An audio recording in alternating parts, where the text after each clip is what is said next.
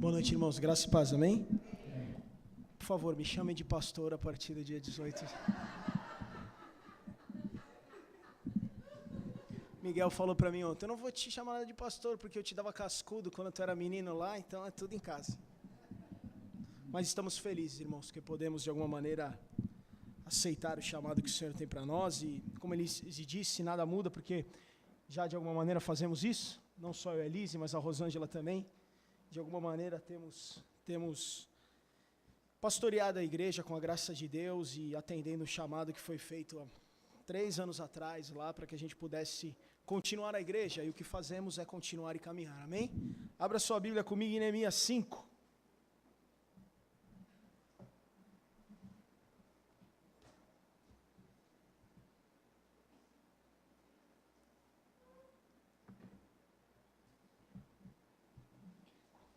Estamos aprendendo um pouquinho no livro de Neemias, e eu queria, antes de ler os primeiros 5 versículos do capítulo 5, dar uma pequena relembrar aqui o que nós temos entendido,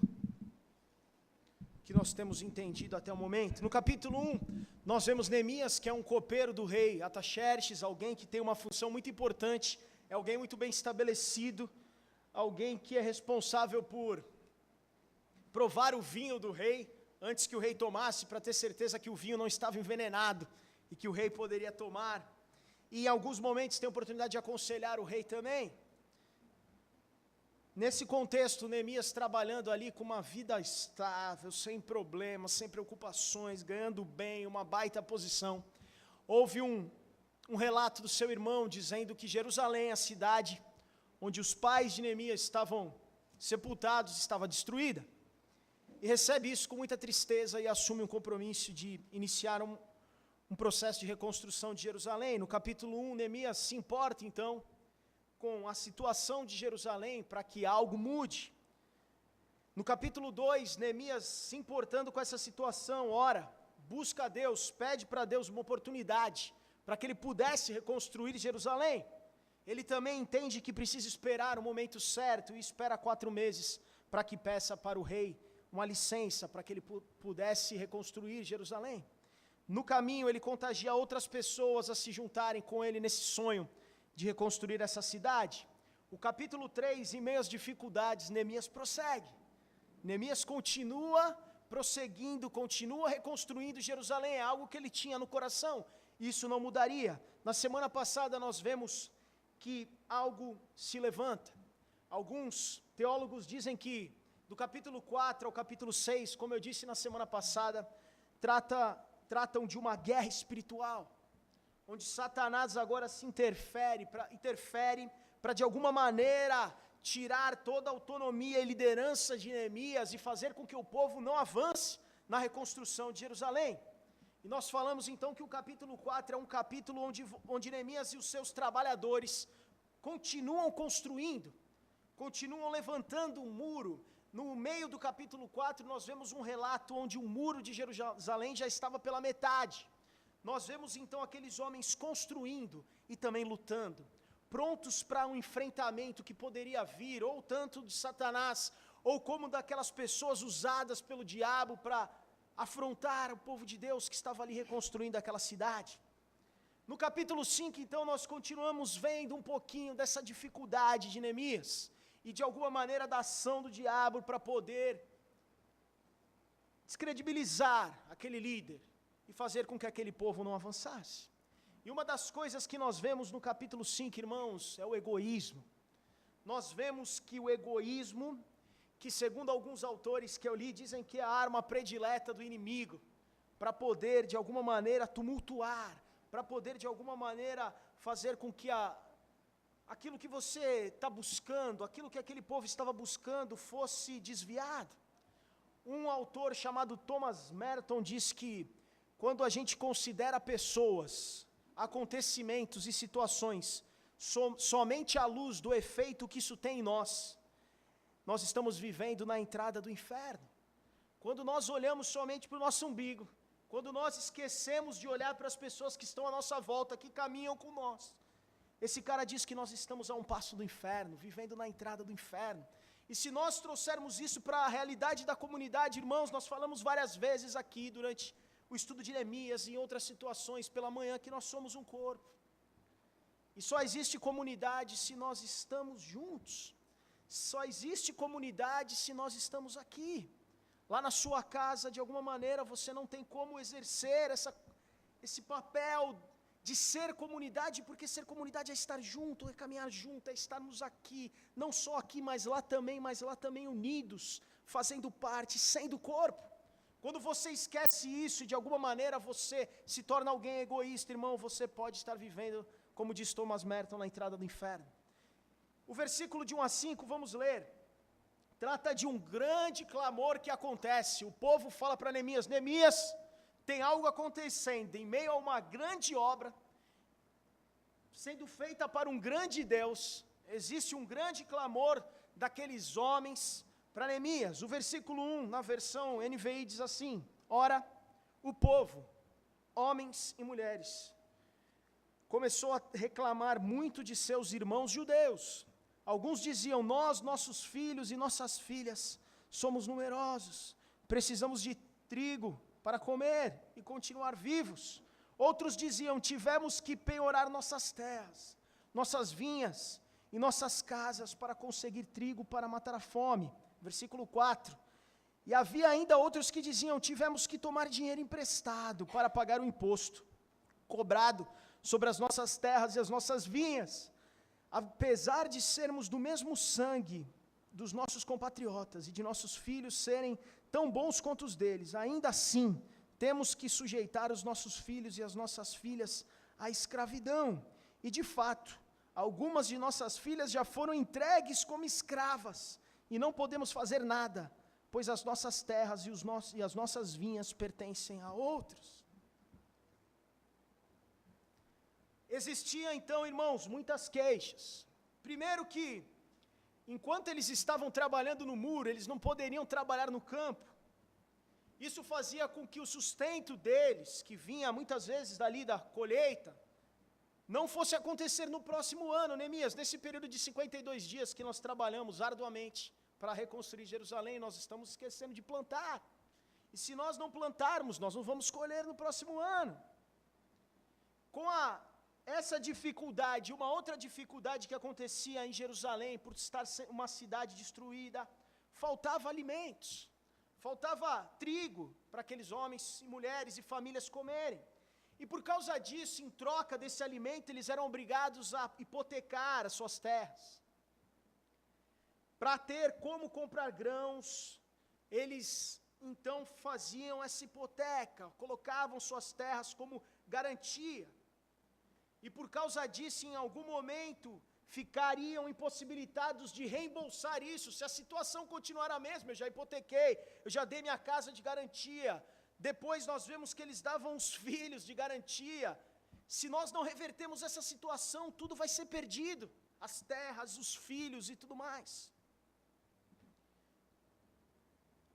Terras, filhos, pais compelidos a vender seus filhos por causa da situação, como uma maneira única de continuar sobrevivendo.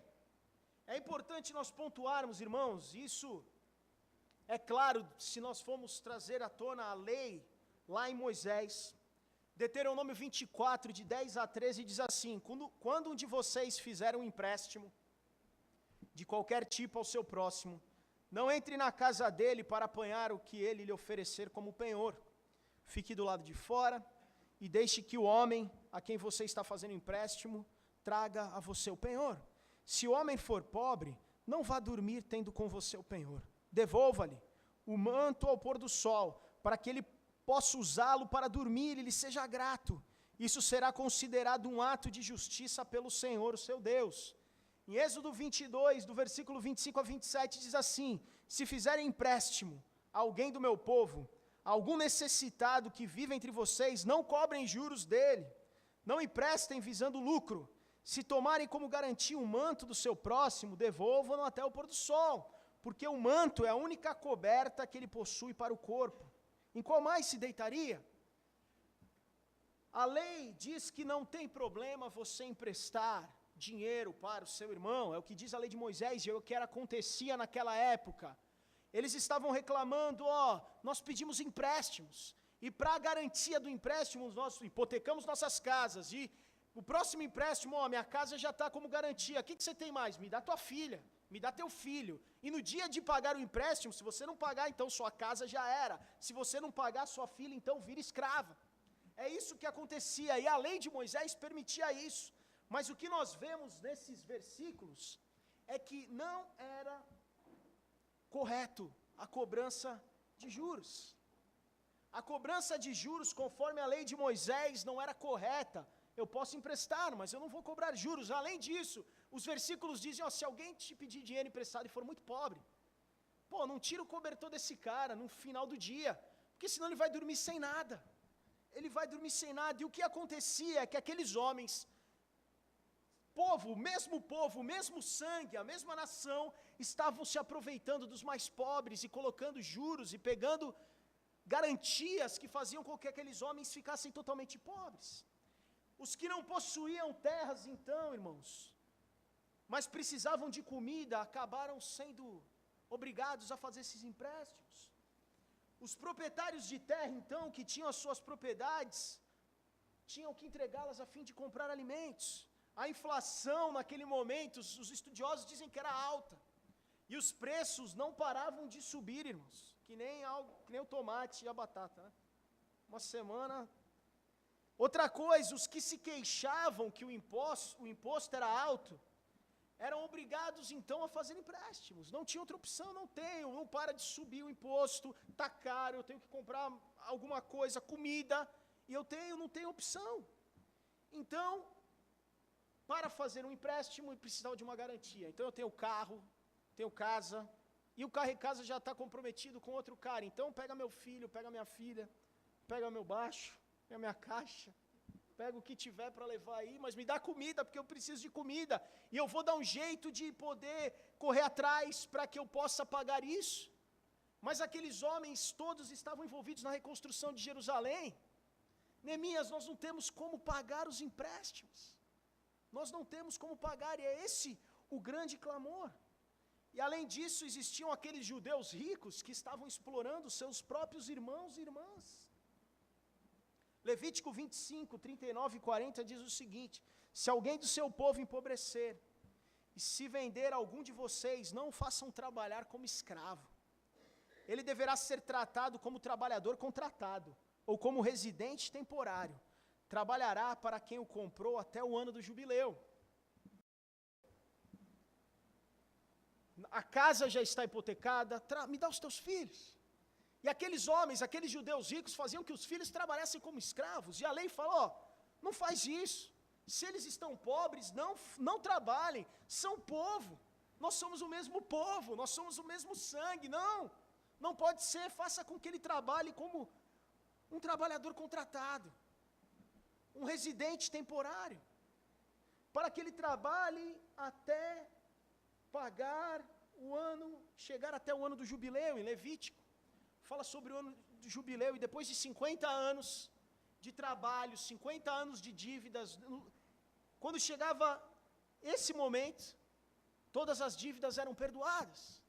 Então, quando passava 50 anos, a lei mandava perdoar todas as dívidas, seguindo alguns critérios de regras. A dívida só caducava em 50 anos naquela época. Houve esse grande clamor então, e a partir do versículo 6, irmãos, nós vamos ler, Neemias então convoca uma grande assembleia, Neemias convoca todo aquele povo e fala, nós precisamos acertar isso. Eu não sabia que isso estava acontecendo. Na verdade, Neemias, nós vamos ver durante o capítulo 5, também fazia empréstimos, porque a lei permitia, mas Neemias não cobrava o juro, porque os juros eram proibidos pela lei. E aqueles homens estão reclamando disso. Os caras estão explorando a gente, Neemias, demais, exploração total.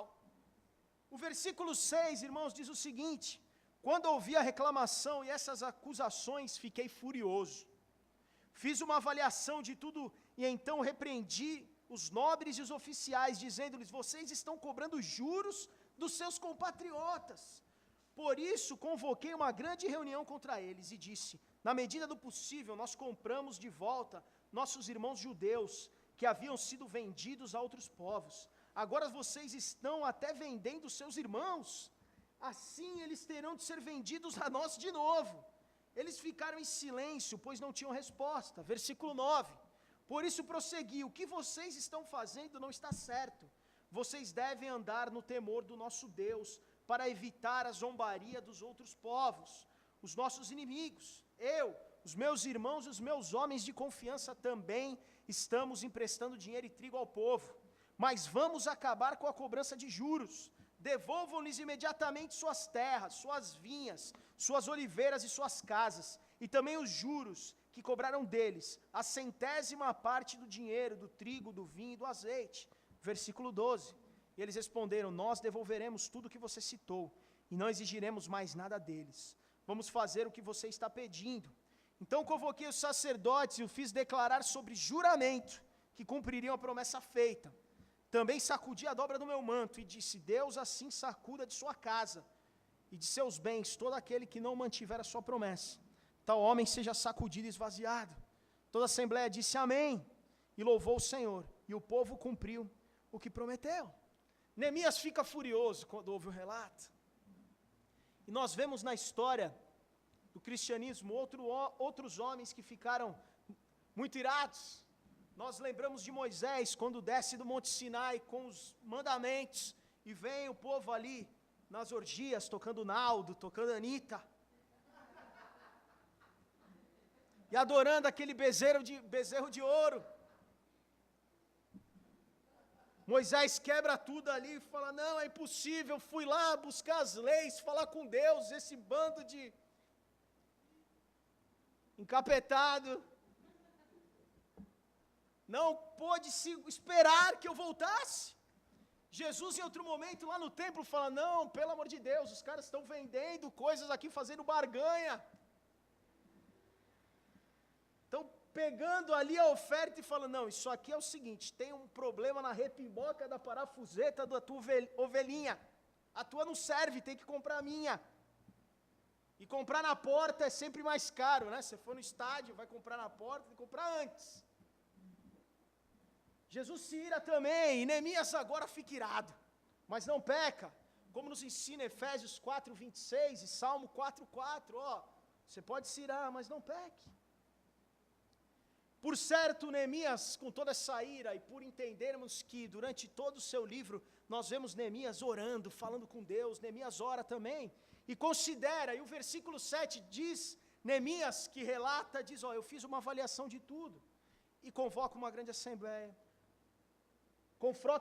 confronta publicamente as pessoas, cujo egoísmo, que nós falamos lá no começo, que é a porta para o inferno, havia criado toda essa situação. Do versículo 7 a 11 nós vemos Neemias repreendendo essas pessoas, falando das transações financeiras, dos ricos, vocês estão fazendo uma coisa desumana, contra a diplomacia pública, está tudo errado. E nós vemos Neemias se preocupar com uma outra situação, irmãos. Quando Neemias chega em Jerusalém, Neemias sabe que muitos judeus eram escravos de outros povos. Muitos judeus estavam sendo escravos, e Neemias começa então o processo de comprar esses homens de volta, comprar esses escravos de volta. E agora ele está falando: nós estamos comprando nossos irmãos de volta, e vocês estão fazendo esses irmãos escravos de novo? Não pode ser. Depois Neemias se preocupa então com o empobrecimento daqueles que já eram carentes. Os que eram pobres estavam ficando mais pobres. Isso precisaria cessar imediatamente para que houvesse uma generosidade positiva e fraternal no meio daquele povo. Neemias então apela primeiro para o amor, depois ele apela para a palavra de Deus. A lei de Moisés diz que vocês não podem cobrar juros. Além disso, irmãos, é algo interessante que um dos teólogos que eu estudei pontua, é o seguinte: muitas vezes nós achamos que separar nosso dízimo, separar nossa oferta é aquilo que nós fazemos, isso nos exime de qualquer outra responsabilidade com os outros 90% do nosso dinheiro. Mas, na verdade, eu ouvi muitas outras pessoas falar sobre isso, quando falam de dízimo e oferta, é que, irmãos, nós somos mordomos de Cristo. Tudo que nós temos é de Deus. Nós estamos aqui como mordomos. Não é só 10% da nossa renda, do nosso dinheiro que é de Deus, mas é 100%. E administrar isso de uma maneira coerente faz parte do compromisso que nós temos, como cristãos, como filhos de Deus. Tudo na nossa vida deve ser para a honra e glória do Senhor. E se de alguma maneira os outros 90% do seu dinheiro está sendo administrado de uma maneira que não é para a honra e glória do Senhor, é importante que você reflita junto comigo nessa noite. E é o que aqueles homens faziam. Não, nós já damos nosso dízimo, nossa oferta, o resto do nosso dinheiro eu vou emprestar do jeito que eu quiser, vou cobrar juros, vou lucrar. Neemias apela para a palavra de Deus, a lei manda não fazer isso. Depois, no versículo 8, ele apela para a lembrança do propósito que Deus tinha para Israel. Ele fala, nós estamos comprando de volta nossos irmãos judeus que haviam sido vendidos aos outros povos, não é isso que Deus quer para nós, irmãos. Ele fala ali, irmãos, não é isso que Deus quer para nós, está tudo errado. Quarto, ele apela para o testemunho no versículo 9, olha que coisa feia, ele fala, vocês estão fazendo isso e mostrando isso para os outros povos, para os nossos inimigos. Testemunho que nós estamos dando é ridículo diante de nossos vizinhos gentios. Quinto, ele apela para suas práticas pessoais e fala, eu também emprestava dinheiro, mas não cobrava juros. Mas eu também vou perdoar quem me deve dinheiro, é isso que ele faz. O primeiro exemplo, então, é dado por Neemias. Em sexto, ele apela para a lembrança do julgamento do Senhor. E no versículo 12 e 13, ele fala, vocês estão fazendo um acordo comigo aqui perante Deus. E ele sacode suas vestes, simbolizando que aqueles homens seriam sacudidos por Deus se de alguma maneira não cumprissem o que estavam acordando com Neemias. E o versículo 13, ele faz isso. Depois, diz assim, também sacudi a dobra do meu manto. Deus assim sacuda de sua casa e de seus bens todo aquele que não mantiver a sua promessa. Tal homem seja sacudido e esvaziado. Diante disso, todos aqueles homens disseram amém. E louvaram o Senhor, e o povo cumpriu o que prometeu. Neemias tem uma atitude, irmãos, extremamente difícil de ser tomada. Ele se posiciona contra todo aquele povo, repreende todo o povo no momento crucial da reconstrução de Jerusalém, com o risco de perder muitas pessoas que, não gostei do que Neemias falou, vou continuar aplicando juros, vou embora. Vou embora, vou parar de reconstruir esse muro, que ele procure outras pessoas para ajudar. Às vezes, irmãos, nós falamos, colocamos, pontuamos, através da palavra de Deus, através da direção que o Espírito Santo nos dá, e muitas vezes, algumas pessoas ficam chateadas, incomodadas, esquecem que olhar para as nossas dificuldades, como Silinhas falou aqui, cada um de nós com certeza tem um esqueleto no armário, algo que de alguma maneira nós precisamos consertar, nós precisamos corrigir, e muitas vezes algumas coisas são pontuadas e nós, isso me ofendeu, não vou me vir mais na igreja. O irmão falou lá que eu tenho que deixar o álcool, o cigarro, o vício, o sexo antes do casamento, não gostei, vou para outra igreja que me permita fazer isso. Não gostei, vou para outra igreja que me permita fazer isso, se existir. Neemias deixa claro o que não poderia acontecer baseado na palavra de Deus, e além disso, ele lidera pelo exemplo, porque ele diz, o primeiro a mudar fui eu, tá? Eu não vou perdoar todos os meus devedores. Do versículo 14 ao 19, nós podemos entender Neemias demonstrando algumas coisas práticas. Vamos ler, versículo 14, e é o último texto do capítulo 5. Além disso, diz, desde o 20º ano do rei Artaxerxes, quando fui nomeado governador deles na terra de Judá, até o 32º ano do seu reinado, durante 12 anos, nem eu, nem meus irmãos comemos a comida destinada ao governador. Mas os governantes anteriores, aqueles que me precederam, puseram um peso sobre o povo e tomavam dele 480 gramas de prata, além de comida e vinho. Até os seus auxiliares oprimiam o povo. Mas por temer a Deus, não agi dessa maneira. Ao contrário, eu mesmo me dediquei ao trabalho neste muro. Todos os meus homens de confiança foram reunidos ali para o trabalho, e não compramos nenhum pedaço de terra. Além do mais, 150 homens entre judeus do povo e seus oficiais comiam à minha mesa, como também pessoas das nações vizinhas que vinham visitar-nos. Todos os dias eram preparados à minha custa um boi, 6 das melhores ovelhas e aves, e a cada 10 dias eu recebia uma grande remessa de vinhos de todo tipo. Apesar de tudo isso, jamais exigia comida destinada ao governador, pois eram de demasiadas as exigências que pesavam sobre o povo. Versículo 19, Neemias termina: lembra-te de mim, ó meu Deus, levando em conta tudo o que fiz por esse povo. Neemias se coloca na posição de servo, irmãos. Neemias fala, primeiro, é o seguinte: eu não estou usando nenhum privilégio que eu poderia ter como governador. Estou usando nada.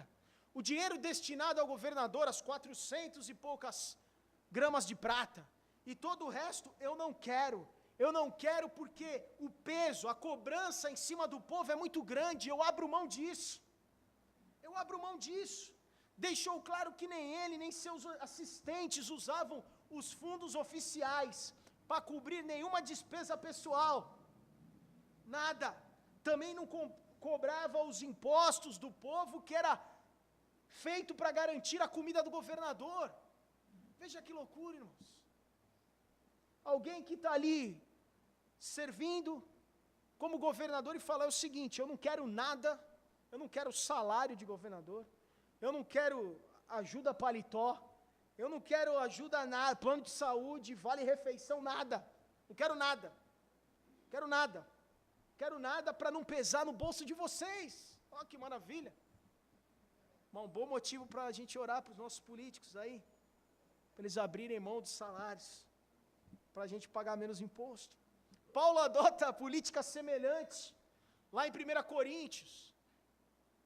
Resolve trabalhar com as suas próprias mãos e continuar trabalhando e pregando o evangelho, para que não houvesse custeio para a igreja. Irmãos, Neemias abre mão do seu lucro pessoal, Neemias abre mão dos seus direitos, para que aquele povo ficasse melhor posicionado. Neemias sacrifica os luxos, as suas vontades, sacrifica aquilo que era seu de direito, para que o povo tivesse uma situação melhor. Atos 20 e 35, nós vemos um versículo que é conhecido, que diz no final assim, que há maior felicidade em dar do que receber. Neemias no versículo 15 fala: os governantes anteriores puseram peso sobre vocês e tomaram um monte de coisa de vocês, mas porque eu temo a Deus, fica claro isso, eu não agi dessa maneira. Neemias não é bonzinho, que homem bonzinho. Neemias faz isso, irmãos, por temer a Deus. Neemias demonstra para aquele povo um amor sacrificial, um amor que deixa que as coisas que ele tinha até mesmo por direito, que não eram erradas, abre mão disso para que o povo pudesse ter uma situação melhor. O versículo 16, Neemias ainda pontua: além disso, além de eu não ter nenhum salário, nada, eu também estou trabalhando no muro. Eu sou governador, mas eu estou pondo a mão na massa. Ele diz: eu mesmo me dediquei ao trabalho neste muro, e todos os meus homens de confiança também. Não tem para ninguém não tem essa coisa não, de agora vai virar pastora, não vai trabalhar não, vai trabalhar sim. Eu também. Além disso, irmãos, Neemias fala o seguinte, todo dia eu recebia, vamos ver se a gente consegue fazer isso aqui, 150 convidados, matava um boi, 6 ovelhas, ave, pega uns pombos aí na rua, umas rolinhas e traz para fazer um almoço. E eu recebia também interessante para alguns aqui, uma remessa de vinhos a cada 10 dias, para poder alimentar, eram 150 bocas todos os dias, e ele pagava isso do bolso dele, ele punha isso no bolso dele, irmãos. Nós vemos em Neemias alguém que abre mão de qualquer exigência, de qualquer direito, por amar o povo, deixa de lado todos os privilégios que ele tinha, porque tinha compaixão pelo sofrimento do povo. Nós vemos no versículo 19 que ele fala: lembra-te de mim, ó Deus. Neemias age dessa maneira para agradar a Deus, para que o nome do Senhor fosse glorificado. E ele falou: eu estou tranquilo, porque eu sei que a avaliação final vem de Deus. O que eu faço para Deus, eu sei que a recompensa está no Senhor. Olhava para frente e falava: não, eu estou fazendo isso aqui porque eu entendo que isso é bom para o povo, eu amo o povo, eu sacrifício as minhas vontades para isso. Irmãos, se nós trouxermos para a realidade de hoje, nós podemos ver Neemias há muitos anos atrás fazendo a mesma coisa que Jesus fez por nós. E quando nós olhamos o exemplo de Neemias, nós podemos olhar essa mesa nessa noite, podemos falar: caramba, Neemias fez isso, Jesus também veio, demonstrou um amor sacrificial por cada um de nós. Neemias fez como Jesus fez por nós, irmãos. Neemias fez por aqueles homens como Jesus fez, se humilhou, sendo obediente até a morte, deixou toda a sua glória. Ele era o filho de Deus, ele era o rei, irmãos. Ele veio para essa terra, sofreu, aguentou Pedro, comeu pó, porque amava a mim e a você. Neemias com certeza era bem posicionado, tinha uma baita poupança lá do seu trabalho, gastou tudo nesses 52 dias, mas fez isso porque amava o povo. O sacrifício não importava, tinha um entendimento, a mente de Deus, a consciência. A mesma coisa que nós vemos Jesus fazer por nós. Deus manda então o seu Filho unigênito, para que nós não pereçamos, para que, se nós cremos, nós possamos ter a vida eterna. Neemias então dá desconto no imposto, o imposto fica mais barato, chama todo mundo para almoçar na casa dele. O texto fala que até restituição teve lá, porque amava aquele povo, irmãos. Deixava a sua vontade, aquilo que era talvez melhor, deixava de lado, porque era mordomo de Deus. E nós vemos isso, irmãos, em Jesus Cristo, revelando o seu amor por nós. 1 João 4,10, ele nos amou a nós, enviou seu Filho para a propiciação pelos nossos pecados.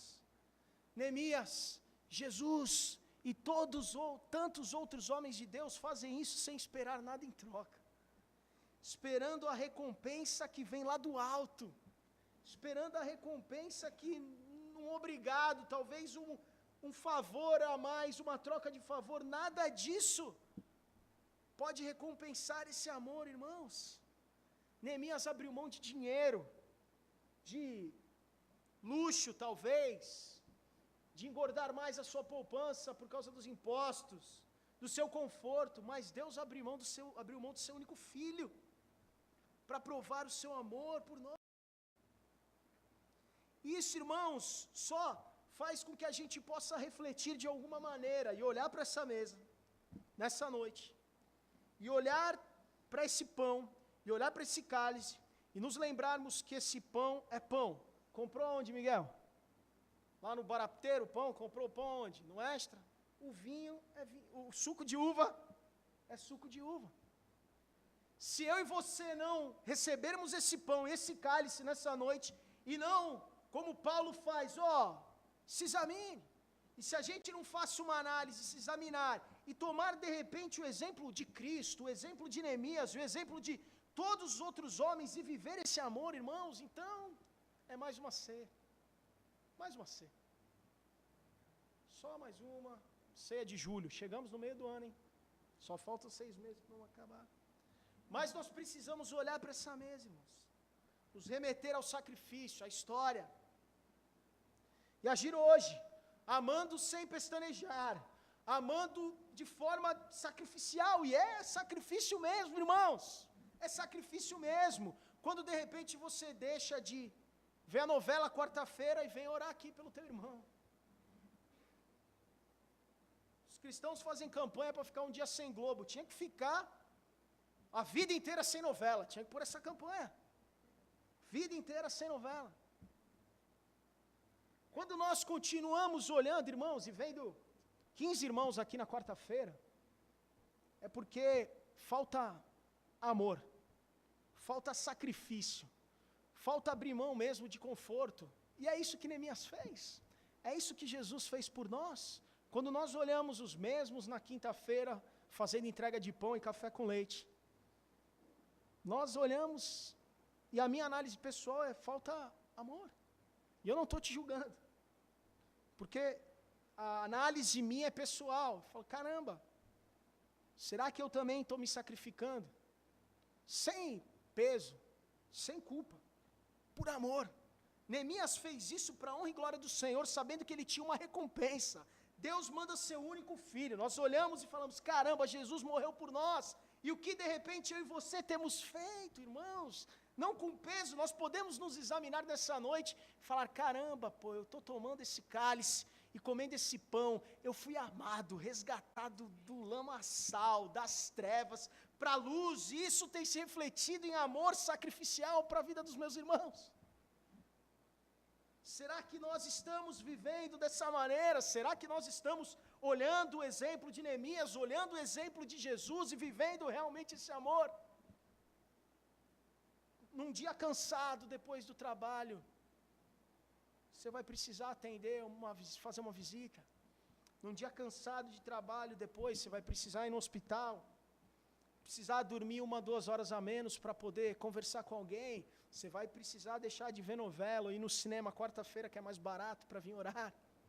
Você vai deixar muitas vezes de ficar uma noite com a sua família para poder vir aqui entregar o pão. Porque existem pessoas precisando, irmãos, necessitadas e esperando que eu e você possamos amar sem limites. Possamos amar nos sacrificando mesmo. Não é fácil. Não é fácil de verdade, irmãos. Não é fácil. E é bom quando nós podemos ver, irmãos, exemplos disso, e é uma bênção, porque por isso que comunidade é isso, é igreja, porque eu posso olhar para a vida de alguns irmãos e ver esse sacrifício. Isso faz com que eu me motive a me sacrificar também. Neemias 5 fala sobre um amor sacrificial. Fala sobre alguém que abriu mão de muita coisa por amor ao povo, esperando a recompensa em Deus, irmãos. Nós não vemos no relato de Neemias ninguém fazendo festa para Neemias, ninguém fazendo estátua pela gentileza de Neemias, de jeito nenhum. E nós vemos no versículo 19 que Neemias diz, lembra-te de mim, ó Deus. A esperança de Neemias estava em Deus. Nossa esperança, irmãos, está na vida eterna. Nossa esperança está em passarmos a nossa eternidade com Cristo, a nossa eternidade com Deus. Então nós podemos nessa noite, irmãos, olhar essa mesa, lembrar do sacrifício de Jesus, por mim e por você. Por mais que pareça algo que, caramba, é verdade, Jesus morreu por mim. O exame, irmãos, para nós é o exame de que, além de nós entendermos a graça e comermos e bebermos sem peso e sem culpa, minha oração nessa noite é que nós possamos nos examinar e nos analisar em relação ao quanto nós estamos amando.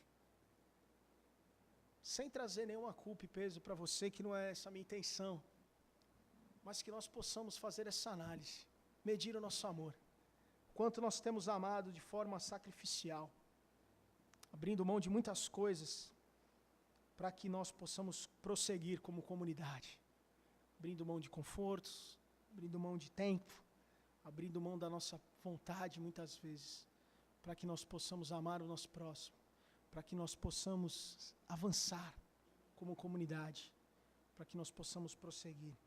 E que o exemplo de Neemias, e principalmente o exemplo de Jesus, sirva para que nós possamos avançar, para que nós possamos realmente entender esse amor sacrificial que fez com que Deus mandasse o seu filho, seu único filho.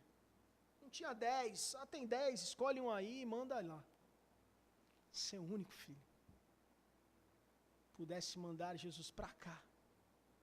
Jesus aceita abrindo mão de tudo que ele tinha na condição de filho de Deus, filho do Criador do mundo. Ele abre mão de tudo isso, porque ele ama você, porque ele amou porque ele me amou, porque ele amou você, porque ele nos amou em primeiro lugar, antes mesmo da gente poder pensar em qualquer coisa, nós já fomos amados. E que nessa noite nós possamos fazer esse exame, irmãos, e possamos comer, e possamos beber, entendendo, fomos alcançados por tão grande amor, e que possamos, irmãos, não nos cansar de revelar esse amor para os nossos irmãos, não nos cansar de abrir mão de muitas coisas, para que esse amor seja uma realidade nas nossas vidas. 1 Coríntios 11, versículo 23, diz assim: pois recebi do Senhor o que também lhes entreguei, que o Senhor Jesus, na noite que foi traído, tomou o pão, e tendo dado graças, partiu e disse: isto é o meu corpo, que é dado em favor de vocês, façam isso em memória de mim. Versículo 25, da mesma forma, depois da ceia, ele tomou o cálice e disse: este cálice é a nova aliança no meu sangue, façam isso sempre que o beber, em memória de mim. O que nós vamos fazer nessa noite, então, irmãos, é trazer a memória.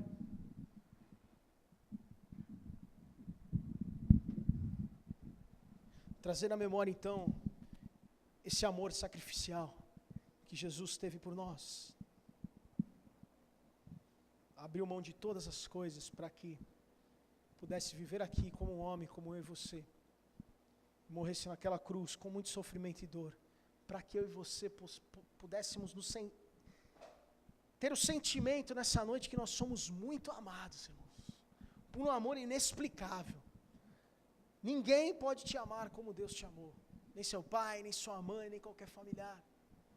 Nós fomos amados de uma maneira que é inigualável. E esse amor gerou sacrifício, e esse amor gerou derramamento de sangue, por isso que nós temos o cálice nessa noite, para relembrar o sangue de Cristo derramado naquela cruz, e nós temos o pão para lembrar do seu corpo que foi esmiuçado, que foi machucado, sofreu por amor a nós, sofreu para que eu e você pudéssemos nessa noite receber graça, receber misericórdia, receber vida, para que nós pudéssemos relembrar esse amor, e de alguma maneira compartilhar isso com as pessoas que estão do nosso lado, vivendo em comunidade, demonstrando isso a cada dia, muitas vezes nos sacrificando por amor ao nosso próximo. E quem então pode participar? Primeiro aqueles que têm essa consciência e entendem então que Jesus, baseado no sacrifício dele, é o seu único e suficiente Salvador, e já de alguma maneira sinalizaram isso, pessoalmente no seu coração e também publicamente. Eu aceito esse Jesus. E se você ainda não fez isso, você tem a oportunidade de fazer isso nessa noite. Você pode fechar aí os teus olhos no teu lugar, e você pode orar, e você pode falar: eu quero esse Jesus, eu aceito esse Cristo no meu coração. Eu entendo então, Leandro, que Ele morreu por mim, é o Salvador do mundo, e eu quero. Depois disso, para que isso fique evidente, nós possamos, entendendo que comunidade é estarmos juntos, como nós estamos aqui nessa noite. O segundo mandamento que Jesus deixa, além da ceia, é o batismo. Nós entendemos então que o batismo é a externalização de que você faz parte agora de uma comunidade, faz parte da família de Deus. Então eu aceito a Cristo no meu coração, eu externalizo isso através do batismo. E terceiro, me mantenho em comunhão, porque ser cristão é viver em comunidade. Nós precisamos estar em comunhão com a nossa igreja, Pode ser que você nos visite hoje, você tenha comunhão com a sua igreja, amém. Você faz parte das pessoas que podem participar. Mas se de alguma maneira você que nos visita não está em comunhão lá com a sua igreja, o conselho de Paulo é que você não beba, porque quem bebe sem entender, bebe para a sua própria condenação. E nós podemos então, irmãos, compartilhar nessa noite o pão e o cálice, celebrando Cristo, celebrando esse amor sacrificial, celebrando essa morte, mas celebrando e lembrando e glorificando a Deus, porque Ele ressuscitou no terceiro dia e vivo está. E o amor é renovado a cada manhã por nós, a cada dia, a cada momento. Amém, queridos? Glória a Deus.